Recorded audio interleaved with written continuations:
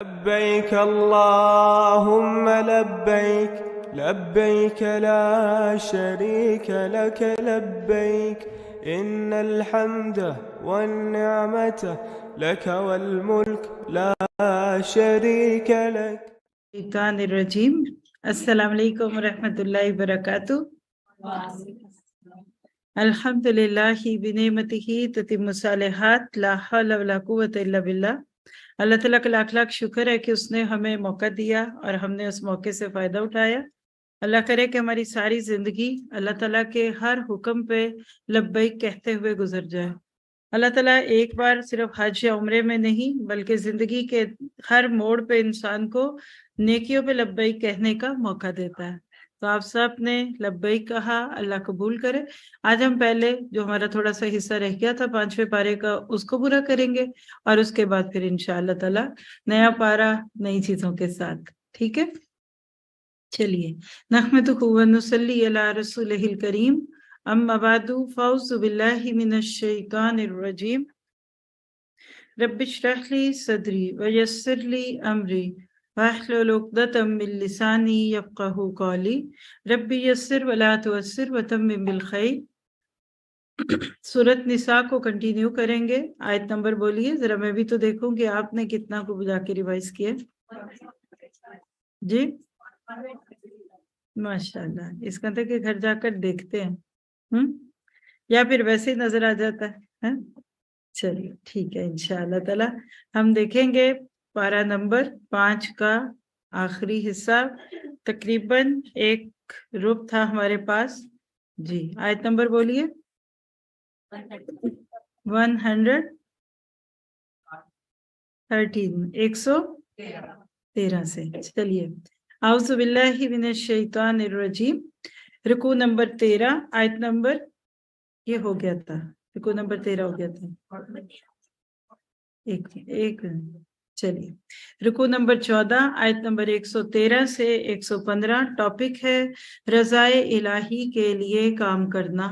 نبی صلی اللہ علیہ وسلم کی زندگی کا ایک واقعہ ہے جس پہ روشنی ڈالتے ہوئے اس سبق میں اللہ تعالیٰ ہمیں مختلف سبق دیں گے. آئیے دیکھتے ہیں.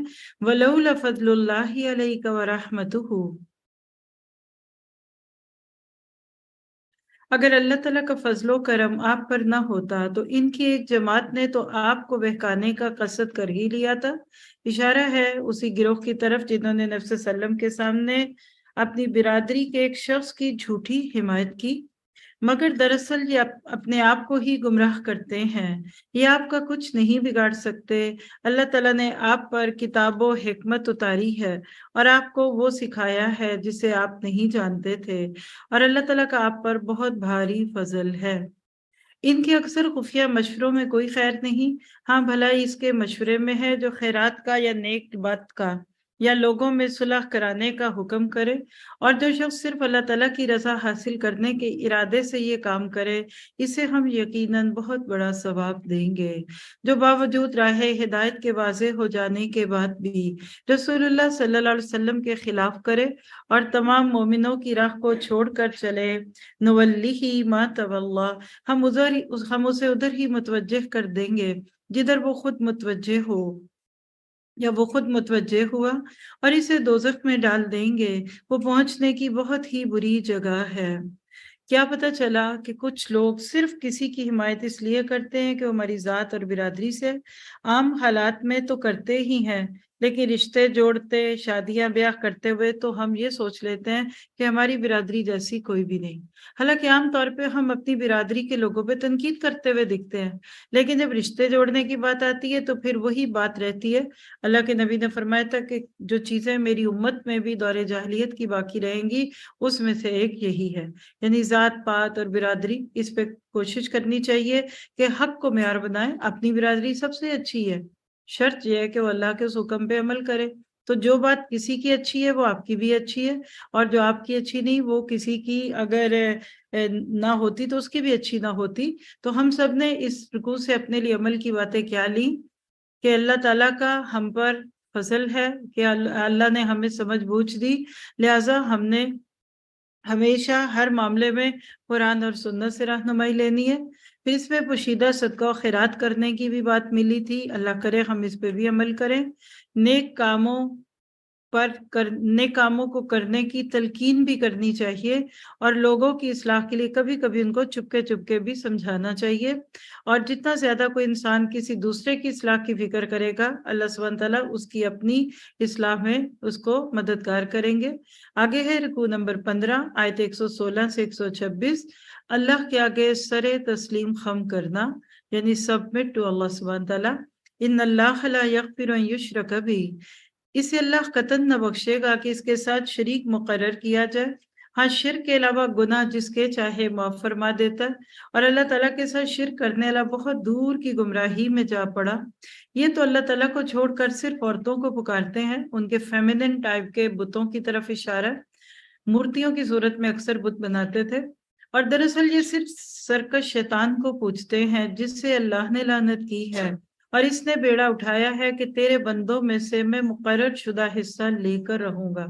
ذرا سا اس ایک آیت کو پڑھتے ہوئے شیطان کے بارے میں دل میں کچھ گرج محسوس کیجیے گا، کیونکہ اکثر دیکھا گیا کہ ہم اپنے بچوں کو بھی شیطان کہہ دیتے ہیں، لیکن شیطان کے پلاٹس کیا ہے؟ وَلَا أُمَنِّيَنَّهُمْ، اور اسی طرح سے وَلَا أُضِلَّنَّهُمْ، یعنی شیطان راستوں سے کیسے بہکاتا ہے، بھٹکاتا ہے۔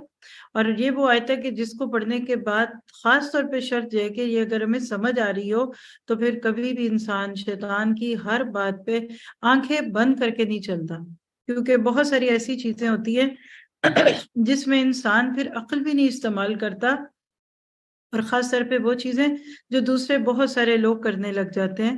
تو شیطان کا یہ پلان، شیطان کا یہ پلاٹ آپ کے میرے لیے، اور خاص طور پہ پھر کہوں گی کہ اپنی یوتھ، اپنی بچیاں اور اپنے بچے، ان کے دل میں اس چیز کا یقین دلا دیجئے کہ اگر اللہ کے نبی اور آپ کے اصحاب ہمارے بہترین ساتھی تھے، ان کو رول ماڈل بنانا ہے، تو شیطان بدترین ہستی بھی ہے، کیونکہ وہ ہر دور کے لوگوں کے ساتھ بالکل اسی طرح سے چلتا ہے جیسا کہ وہ ان کو دیکھنا چاہتا ہے، یعنی سائیکٹرسٹ ہے شیطان، بہت زیادہ دوسروں کی کہہ لیجئے کہ سائیکی کو پہچانتا ہے، اور اس کی ایک ایک بات، ابھی میں اس لیے ساری تمہید دے رہی ہوں کہ آپ اس کو پڑھتے سنتے وقت محسوس کیجئے گا کہ شدت کے سیغوں کے ساتھ ہے، تشدید ہے جس میں مبالغہ ہے، یہ نہیں کہہ دیا میں یہ کروں گا، اچھا میں دیکھوں گا، اگر میں یہ کر سکا تو میں کر لوں گا، ویسے ہے تو مشکل، تو پھر تو شیطان کبھی نہ بہکا سکتا۔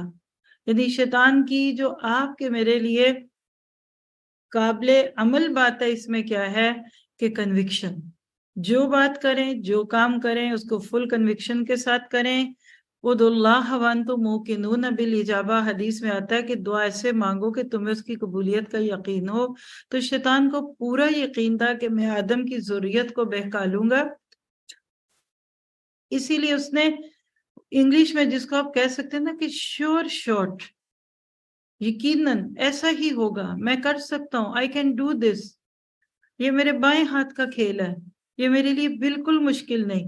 اب ان ساری ٹونز کو اور ان ساری باتوں کو سننے کے بعد ذرا سا سنیے کہ شیطان کے آپ کے بارے میں خیالات کیا ہیں، اور پھر آپ کبھی اپنے کسی بچے کو یہ نہیں کہیں گے چلو شیطان، چلو شریر، نہ شیطان کہنا چاہیے نہ شریر، کیونکہ شر پھیلانے والا اور وہ شر پھیلانے والا جو مستقل شر پھیلائے اس کو شریر کہتے ہیں، اور شیطان تو ہم سبھی جانتے ہیں، اندھیرے کنویں میں پھینکنے والے کو۔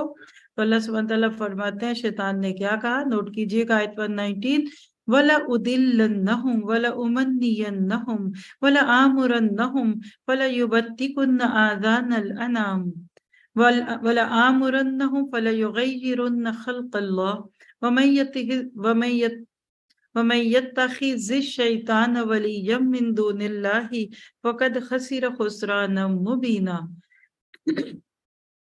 اب سنیے اس کا ترجمہ، اور انہیں راہ سے بہکاتا رہوں گا اور بالضرور باطل امیدیں دلاتا رہوں گا، اور انہیں سکھاؤں گا کہ جانوروں کے کان چیر دیں، اور ان سے کہوں گا کہ اللہ تعالیٰ کی بنائی ہوئی صورت کو بگاڑ دیں۔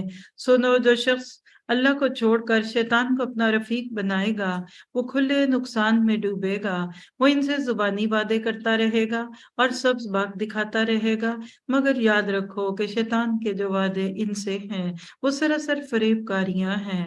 یہ وہ لوگ ہیں جن کی جگہ جہنم ہے، جہاں سے انہیں چھٹکارا نہ ملے گا۔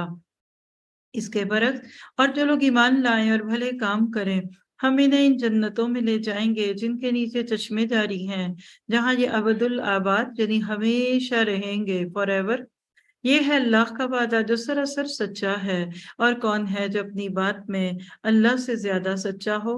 حقیقت حال تو نہ تمہاری آرزوؤں کے مطابق ہے، کیا کہ ہم جنت میں جائیں گے۔ ہر گروہ کہتا تھا ہم جنت میں جائیں گے، تو اللہ تعالیٰ کہتے ہیں کہ جنت خواہشوں سے نہیں ملتی، نہ باتوں سے نہ دعووں سے، بلکہ کیا ہے؟ حقیقت حال تو نہ تمہاری آرزو کے مطابق ہے، نہ اہل کتاب کی امیدوں پہ موقوف ہے۔ جو برا کرے گا اس کی سزا پائے گا، اور کسی کو نہ پائے گا جو اس کی حمایت اور مدد اللہ کے پاس کر سکے۔ جو ایمان لانے والا مرد ہو یا عورت اور وہ نیک اعمال کرے، یقیناً ایسے لوگ جنت میں جائیں گے، اور کھجور کی گٹلی کے شگاف کے برابر بھی ان کا حق نہ مارا جائے گا۔ دین کے اعتبار سے اس سے اچھا کون ہے جو اپنے آپ کو اللہ کے تابع کر دے؟ دعا کرے کہ اللہ ہمیں اپنے تابع کر لے اور ہو بھی وہ نیکوکار یعنی اچھے کام کرنے والا، ساتھ ہی یکسوئی والے ابراہیم کے دین کی پیروی کر رہا ہو۔ اور ابراہیم علیہ السلام کو اللہ تعالیٰ نے اپنا دوست بنایا ہے۔ آسمان اور زمین میں جو کچھ ہے سب اللہ ہی کا ہے، اور اللہ تعالیٰ ہر چیز کو گھیرنے والا ہے۔ کیا پتہ چلا کہ اس ایک رکوع میں شیطان نے ہمیں خوب دھمکیاں دی، اور آج تک وہ اس پہ کام کر رہا ہے۔ آپ دیکھیے کہ اللہ سبحانہ تعالیٰ نے شیطان کو قیامت تک کی مہلت دے دی تھی کہ جو کرنا ہے کر لو، لیکن اللہ کا اس پہ یقین تھا۔ اللہ سبحانہ تعالیٰ کو اس بات پہ پورا یقین تھا کہ میرے بندے، میرے مخلص بندے تیرے جال میں نہیں آئیں گے، یعنی نہ نمازی، نہ روزے دار، نہ تبلیغ کرنے والے، نہ حج عمرہ کرنے والے، بلکہ آگے ہم پڑھیں گے الا عبادک منہم المخلصین۔ خود شیطان نے بھی کہہ دیا تھا کہ اللہ تیرے اخلاص والے بندوں پہ میرا زور نہیں چلے گا۔ تو آپ صحابہ کرام سے اس سال یہ ضرور سیکھے گا کہ وہ مخلص تھے۔ مخلص کے مخلص کا فرق ہے، یہ سورۃ صافات میں ہم پڑھیں گے، لیکن یہاں یہ بات نوٹ کیجئے کہ اس دنیا میں انسان کا سب سے بڑا مقابلہ، کمپٹیشن، جس کو آپ کہہ سکتے ہیں حزب اختلاف، کون ہے؟ شیطان۔ اور مزے کی بات بتاؤں، شیطان کے پاس کوئی طاقت نہیں ہے، nothing, he can do nothing۔ آپ کے میرے پاس زیادہ طاقت ہے اس سے، وہ صرف اتنا کر سکتا ہے کہ انسان کو لفظی وعدوں کا فریب دے اور فرضی تمناؤں میں الجھائے، اور اس طرح وہ لوگوں کو حق سے دور کر دیتا ہے۔ شیطان کی گمراہی کی دو خاص صورتیں ہوتی ہیں، دو طریقوں سے۔ نمبر ایک، توہم پرستی، بندے کے دل میں وہم ڈالتا ہے، اس کو سپرسٹیشیس کا عادی کر دیتا ہے۔ اور دوسری بات جس کا اس آیت میں بھی ذکر ہوا ہے، اللہ کی تخلیق میں فرق کرنا۔ توہم پرستی کیا ہے کہ کسی چیز سے ایسے نتیجے کی امید رکھ لی جائے جو اس کا نتیجہ نکلنے والا نہیں، جھوٹی تمنائیں، آرزویں، خود ساختہ مفروض ہے، یہ کر لو تو جنتی، وہ کر لو تو جنتی، اور اس کی بنیاد پہ انسان عمل چھوڑ دے۔ اور حقیقت یہ ہے کہ اللہ کے سوا کسی کے پاس یہ طاقت نہیں ہے کہ وہ انسان کی زندگی میں کوئی ایسی بات لا سکے۔ اور دوسرا شیطان کا طریقہ کیا ہے، لکھ کے رکھ لیجئے، آج تو اس کی تفسیر میں 2 صفحے بولنے کی اور کرنے کی اور کہنے کی ضرورت ہے، لیکن صرف ابھی اتنی بات کہہ دیتی ہوں کہ شیطان کا دوسرا طریقہ واردات کیا ہے کہ اللہ کے بتائے ہوئے نقشے کو بدل دے۔ اور اللہ نے انسان کو جس نقشے پہ پیدا کیا نا، وہ فطرت ہے، فطرت اللہ التی فطر الناس علیہا، ہم سورہ شورى میں جا کر پڑھیں گے کہ بندہ فطرتاً اپنی توجہ کو اللہ کی طرف لگائے، اور فطرت کو بدلنا یہ ہے کہ انسان کی توجہ کو بدل دے، انسان کے لیے غیر اہم کو اہم بنا دے اور غیر ضروری کو ضروری بنا دے، یا پھر کسی مقصد کے حصول کا جو طریقہ فطری ہے اس کو بدل کر خود ساختہ طریقے اختیار کیے جائیں۔ آج کے LGBT پوری کی پوری اس میں آتی ہے، جینڈر ڈسکریمنیشن اس میں آتی ہے۔ پودوں میں سے وہ سب حصے نکال دو جس سے وہ ریپروڈیوس کر سکے، عورت کا مرد بننا، عورت کے چہرے پہ کچھ ایسی تبدیلیاں کہ جس سے وہ مرد لگنے لگے، عورت کا حال حلیہ مردوں والا، عورت کا لائف سٹائل مردوں والا، کمانا مرد نے تھا وہ عورت کمانے لگ گئی، بچوں کو مرد عورت نے پالنا تھا وہ اب مرد حصہ ڈالنے لگے، کیونکہ بیوی بھی جاب پہ جاتی ہے، اس لیے ایک دن پیمپر وہ بدلیں گی تو دوسرے دن بیٹی کا پیمپر باپ بدلے گا۔ آج دنیا آپ کو اس طرف لے رہی، یہ سب کچھ اس آیت کے انڈر آتا ہے۔ اصل بات یہ ہے کہ ہم اس کو اگر سمجھ جائیں تو ہمیں بہت اچھی طرح سمجھ آئے تو پتہ کیا چلا کہ اس رکوع میں ہمارے لیے اللہ کی رضا کو پانے والے طریقے، اور خاص طور پہ شیطان سے بچنے کے لیے ایمان کو پختہ کیجیے، نیک اعمال کرنے ہیں اور اللہ کے احکامات کی مکمل اطاعت کرنی ہے۔ یاد رکھیے شیطان آپ کو مجھے پارشل سبمیشن سکھاتا ہے، اور جو پارشلی اللہ کا ہوگا نا تو مان لیجئے کہ ہاف پارشل جو ہوگا وہ شیطان کا ہی ہوگا۔ اسی طرح اللہ کے لیے یکسو ہونا، جو بندہ اللہ کے لیے فوکس ہو جائے گا نا شیطان اس کے اوپر کبھی قابو نہیں پائے گا۔ اسی کو اخلاص کہتے ہیں، اسی کو للہیت کہتے ہیں۔ اور اسی طرح سے ابراہیم علیہ السلام کے طریقوں کی پیروی کرنا اور دوسروں پر احسان کر کے بھول جائیے۔ جتنا زیادہ آپ اس پہ عمل کریں گے اللہ تعالیٰ آپ کے لیے اس کو آسان کرے گا۔ دعا کرتے ہیں اللہ ہمیں اور ہماری نسلوں کو شیطان سے بچا دے، نسلوں کی نسلوں کو، بچوں کے بچوں کو۔ دعا آج کے دور میں دینے والی ہے کہ اللہ آنے والی نسلوں کو آنے والے فتنوں سے بچانا، اور آنے والے فتنے چھوٹے نہیں ہیں، بڑے بڑے بھیڑیے ہیں، بڑے بڑے مگرمچھ ہیں جو منہ اٹھائے ہوئے ہیں۔ اگر آپ نے میں نے اپنے بچوں کو ابھی سے شیطان سے دشمنی کا کانسیپٹ کلیئر نہ کیا تو ہو سکتا ہے کہ کل وہ خود بھی کئی ایسے کام کرنے میں آ جائیں، اور اللہ تعالیٰ ان کو محفوظ رکھے۔ آگے ہے جی رکوع نمبر 16 آیت 127 سے 134۔ بھلائی انسان اپنے لیے کرتا ہے، یعنی میرا آپ کے سر پہ کوئی احسان نہیں ہے اور آپ کا بھی نہیں ہے۔ جو اچھا کرے گا خود بھگتے گا، جو برا کرے گا خود بھگتے گا۔ کیسے؟ وَيَسْتَفْتُونَكَ فِي النِّسَاءِ، آپ سے عورتوں کے بارے میں حکم دریافت کرتے ہیں۔ آپ کہہ دیجئے کہ خود اللہ تعالیٰ ان کے بارے میں حکم دے رہا ہے، اور قرآن کی وہ آیتیں جو تم پر ان یتیم لڑکیوں کے بارے میں پڑھی جاتی ہیں اور جنہیں ان کا حق کے مہر تم نہیں دیتے اور انہیں اپنے نکاح میں لانے کی رغبت رکھتے ہو، اور کمزور بچوں کے بارے میں، اور اس بارے میں کہ یتیموں کی کارگزاری انصاف کے ساتھ کرو۔ تم جو نیک کام کرو اور بلا شبہ اسے اللہ بھرپور اور بلا شبہ اللہ تعالیٰ اسے پوری طرح جاننے والا ہے۔ اگر کسی عورت کو اپنے شوہر کی بد دماغی اور بے پرواہی کا خوف ہو تو دونوں آپس میں جو صلح کر لیں، اس میں کسی پر کوئی گناہ نہیں۔ صلح بہت بہتر چیز ہے، طمع ہر نفس میں شامل کر دی گئی۔ اگر تم اچھا سلوک کرو اور پرہیزگاری کرو تو تم جو کچھ کر رہے ہو اس پر اللہ تعالیٰ پوری طرح خبردار ہے۔ پیچھے ہم نے پڑھا تھا بگڑی ہوئی بیوی کو کیسے ٹھیک کیا جائے، یہاں بگڑے ہوئے شوہر کی بات ہے۔ نشوز عورت میں آ جائے تو اس کا طریقہ پڑھا۔ اسی صورت میں شوہر میں اگر کوئی بے اتنائی دیکھی جائے، شوہر بیوی بھی بنا کے رکھے لیکن بیواؤں والی زندگی کروا دے، تو اللہ نے عورت کو پورا حق دیا ہے۔ یعنی آپ دیکھیے کہ جب آپ قرآن پڑھتے ہیں، آپ میں آئے تھے ثواب لینے، آپ اور میں آئے تھے دورہ قرآن کرنے، ہم کہتے تھے چلو رمضان کی گھڑی ہیں کچھ اچھا کام کریں۔ آپ کے گھروں کی اصلاح ہے، آپ کو آپ کے حقوق اور آپ کے فرائض قرآن سکھاتا ہے، اس سے زیادہ آپ کو کوئی اور نہیں سکھا سکتا۔ تو اللہ سبحانہ تعالیٰ فرماتے ہیں تم میں سے یہ تو کبھی نہ ہو سکے گا، تم سے یہ تو کبھی نہ ہو سکے گا کہ اپنی تمام بیویوں میں ہر طرح عدل کرو، گو تم اس کی کتنی خواہش اور کوشش کر لو۔ بہت ساری تو کیا ایک بیوی کے حق بھی ہر مرد نہیں دے پاتا، کہاں ایک سے زائد بیویوں کی خواہش، جس کا سورت کے شروع میں تذکرہ ہوا۔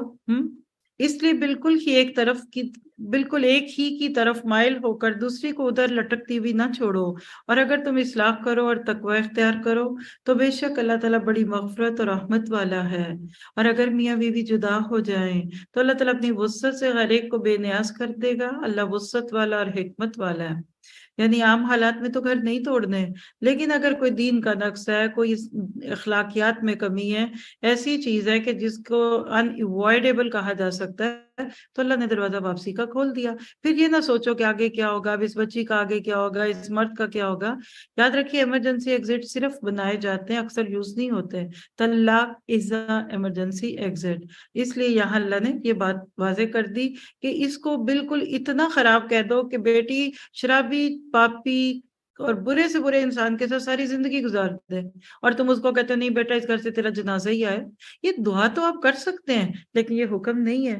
آج ہم نے ہندوؤں سے جو اور چیزیں لی اس میں یہ کانسیپٹ بھی لیا، اور خاص طور پہ یہ تو بتایا بھی نہیں کہ اچھے برے کے فرق پہ سٹینڈ کیسے لینا ہے۔ تو بہرحال ان موضوعات پہ مزید سمجھنے کے لیے ہمیں انشاءاللہ مزید وقت چاہیے۔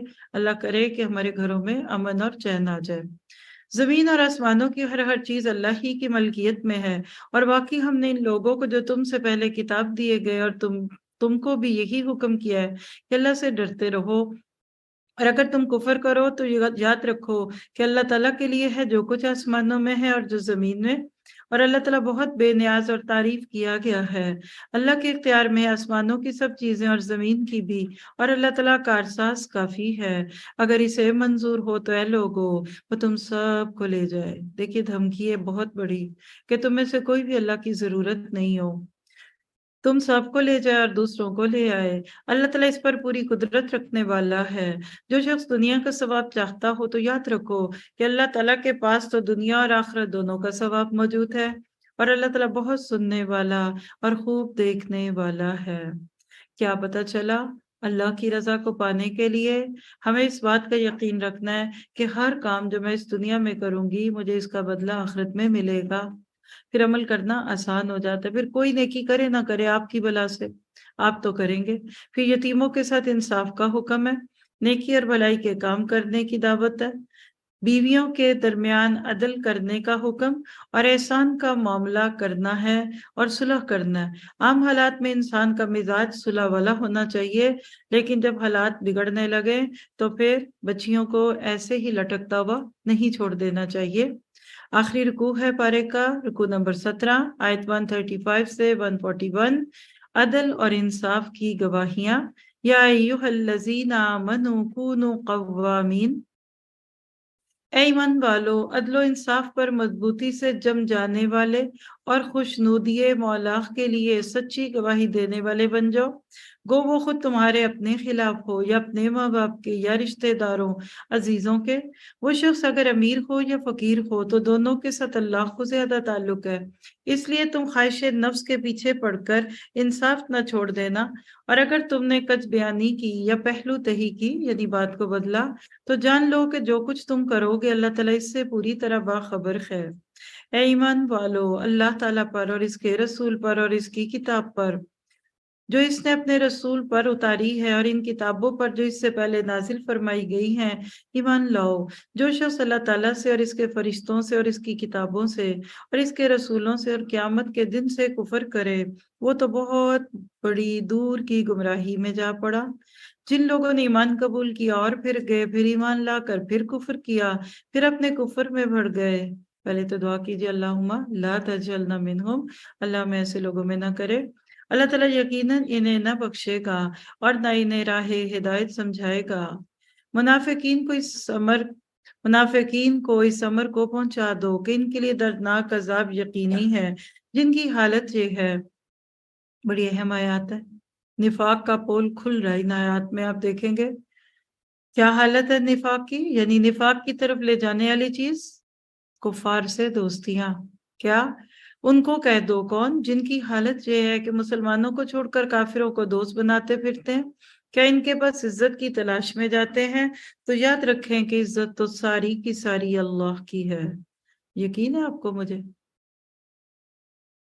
ہم تو کہتے ہیں اچھی گاڑی میں، اچھے گھر میں عزت ہے، اچھے کپڑے پہن کے جائیں گے تو عزت ہوگی، اور اچھے کھانوں میں عزت ہے۔ نہیں، ان اکرمکم عند اللہ اتقاکم، سب کچھ کیجیے، اچھے کپڑے بھی پہنے، اچھی گاڑیاں بھی رکھیں، کھانے بھی کھائیں، لیکن اس کو عزت کا معیار نہ بنائیں۔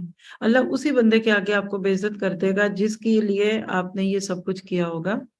پھر فرمایا اور اللہ تعالیٰ تمہارے پاس اپنی کتاب میں یہ حکم اتار چکا ہے کہ تم جب کسی مجلس والوں کو اللہ تعالیٰ کی آیات کے ساتھ کفر کرتے اور مذاق اڑاتے ہوئے سنو تو اس مجمع میں اس کے ساتھ نہ بیٹھو جب تک کہ وہ اس کے علاوہ اور باتیں نہ کرنے لگے، ورنہ تم بھی اس وقت انہی جیسے ہو جاؤ گے۔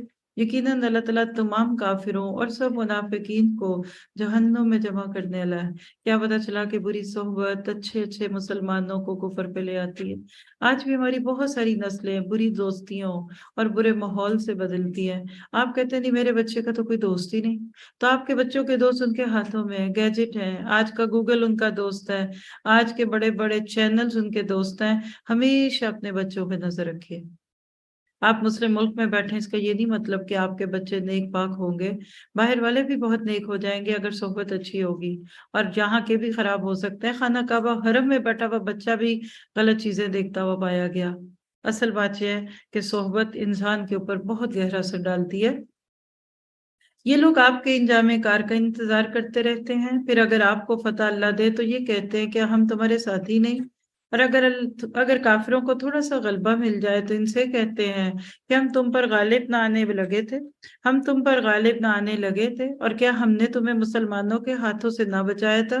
بس قیامت میں خود اللہ تعالیٰ تمہارے درمیان فیصلہ کرے گا، اور اللہ تعالیٰ کافروں کو ایمان والوں پر ہرگز راہ نہ دے گا۔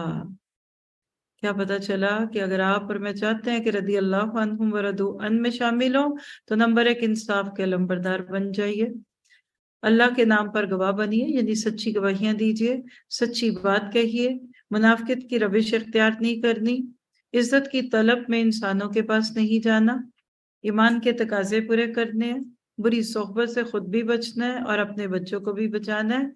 اور اب آخر میں رکو نمبر 18، نہیں اصل میں یہ پورا نہیں ہے، اس لیے اس کو بس اس کی آیت کو دیکھ لیجئے گا۔ آخر میں آیت نمبر 142 سے 147 ہے، دین کو اللہ کے لیے خالص کرنا۔ بہت سننے والی آیات ہیں، غور و فکر والی آیات ہیں، کیونکہ یہ پوری کی پوری آیات نفاق کے درجوں کو بیان کرتی ہیں۔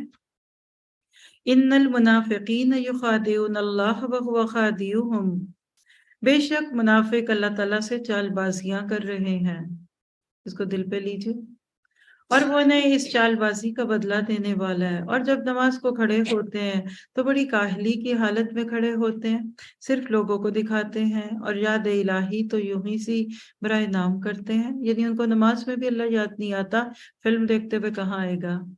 وہ درمیان میں ہی معلق ڈگمگا رہے ہیں، مذبذبین بین ذالک لا الہ الائی ولا الہ الائی ولا الہ الائی، نہ پورے ان کی طرف اور نہ صحیح طور پر ان کی طرف، جس کو کہتے ہیں نا کہ کوا چلا ہنس کی چال اپنی بھی بھول گیا، آدھے تیتر آدھے بٹے، نہ یہ مسلمان رہتے ہیں نہ کافر ہوتے ہیں، یہ بیچ کا ایک تیسرا رنگ بن جاتے ہیں۔ آپ دیکھیں میٹھی چیز میں نمک ڈال دیں یا نمک کی جگہ چینی ڈال دینا تو کوئی ایک اور ہی نیا ٹیسٹ بن جاتا ہے۔ اسلام میں کفر ڈال دیا جائے تو نفاق کا ٹیسٹ بن جاتا ہے، جس کا نہ اسلام سے کوئی تعلق ہے نہ کفر سے کوئی تعلق ہے، اور جسے اللہ تعالیٰ گمراہی میں ڈال دے تو اس کے لیے کوئی راہ نہ پائے گا۔ یا ایھا الذین آمنو، بڑی پیاری ایڈوائز ہے سورۃ پارے کے آخر میں، مومنوں کو چھوڑ کر کافروں کو دوست نہ بناؤ، کیا تم یہ چاہتے ہو کہ اپنے اوپر اللہ تعالیٰ کی صاف حجت قائم کر لو؟ یعنی تم اللہ کو موقع دے رہے ہو کہ تمہیں پکڑ لے اس جرم میں۔ منافق تو یقیناً جہنم کے سب سے نیچے کے طبقے میں ہوں گے، ہوا ہاویہ، جہنم کے سب سے چھوٹا آخری درجے اوپر ہوتے ہیں نا تو در کے نیچے ہوتے ہیں۔ آپ کو پتہ ہے کہ تنور میں یا اوون میں سب سے زیادہ آگ کہاں ہوتی ہے؟ جو آگ کے قریب ہو، نیچے۔ تو جہنم کا سب سے نچلا طبقہ اس کا نام ہے ہاویہ، ہوا سے خواہش پرست لوگ، وہاں منافق پھینکے جائیں گے۔ اللہ وہ نفاق سے بچائے، درنگے پن سے بچائے، قول و فعل کے تضاد سے بچائے۔ ناممکن ہے کہ تو ان کا کوئی مددگار پالے، یعنی نفاق کا اتنا برا انجام۔ کافروں کے لیے نہیں یہ بات کہی، منافقوں کے لیے کہی کہ سب سے نیچے۔ اب کیا کریں؟ اب نفاق سے نکلنے کے راستے الا الذین تابوا، ہاں مگر جو توبہ کریں اور اصلاح کریں اور اللہ پر کامل یقین رکھیں اور خالص اللہ ہی کے لیے دینداری کریں، یعنی سچے دیندار بن جائیں، تو یہ لوگ مومنوں کے ساتھ ہیں، اللہ تعالیٰ مومنوں کو بہت بڑا اجر دے گا۔ اور آخری آیت میں تو شعور کو بیدار کیا جا رہا ہے، ما یفعل اللہ بعذابکم، اللہ تمہیں سزا دے کر کیا کرے گا؟ ان شکرتم، لئن شکرتم والی بات کو ذہن میں لائیے، اگر تم شکر گزاری کرتے رہو اور ایمان والے بنو، وکان اللہ شاکرا علیما، اللہ تعالیٰ بہت قدر کرنے والا اور پورا علم رکھنے والا ہے۔ ایسے لگتا ہے کہ غبارے میں سے ہوا نکل جاتی ہے، تم ساری زندگی اللہ تعالیٰ کا نام بھی لیتے رہے اور بالآخر در کی اسفل میں پہنچے، کیا ملا؟ آپ دیکھیے ساری زندگی کی نمازیں، عبادتیں، چلے روزے، کتنے مشکل روزے ہوتے ہیں، جنہوں نے نہ رکھے ان کو تو بڑے مشکل لگتے ہیں، جہاں گرمی ہے ادھر تو اور بھی مشکل ہے، اور اگر اینڈ پہ پتہ چلا جائے ہاں تم نے روزہ تو رکھا تھا لیکن وہ جو نفاق تھا نا اس کی وجہ سے سب ضائع ہو گیا، چلو اب در کے اسفل میں۔ جتنا دنیا میں گناہوں میں انڈلج ہوئے، جتنے گناہوں میں ڈوبے، اتنی گہری جہنم، اوپر جنت جہنم میں نہیں، ان کو نیچے ڈالو، ذرا ان کو ڈبکیاں دلاؤ، ان کا ٹیمپریچر 100 120 180 نہیں 240 پلس کر دو، کبھی کسی چکن کو آپ نے اوون میں روسٹ ہوتے دیکھا ہو تو اس کو ذہن میں لائیے، ان المنافقین فی الدرک اسفل من النار۔ اور وجہ دیکھیے بات کہاں سے شروع ہوئی تھی؟ بری دوستیوں سے۔ جب دل سے کفر کی محبت ختم ہوتی ہے نا تو نفاق آ جاتا ہے۔ ہم کہتے کیا ہے ویلنٹائن ہے نا، کیا ہے کرسمس ہے نا، حضرت فاطمہ بناتی ہیں ایسی چیزیں۔ حضرت فاطمہ اور علی کے دور میں اگر یہ نام ہوتے تو ان کا کیا اس پہ عمل ہوتا؟ اس بات پہ پارے کو پورا کروں گی کہ ہم سب کو اپنی فکر کرنی ہے، کوئی اپنے آپ کو پاک نہ سمجھے۔ ادھر تو بڑے بڑے صحابہ، 70 سے زائد صحابہ کو اپنے اوپر نفاق کا اندیشہ تھا۔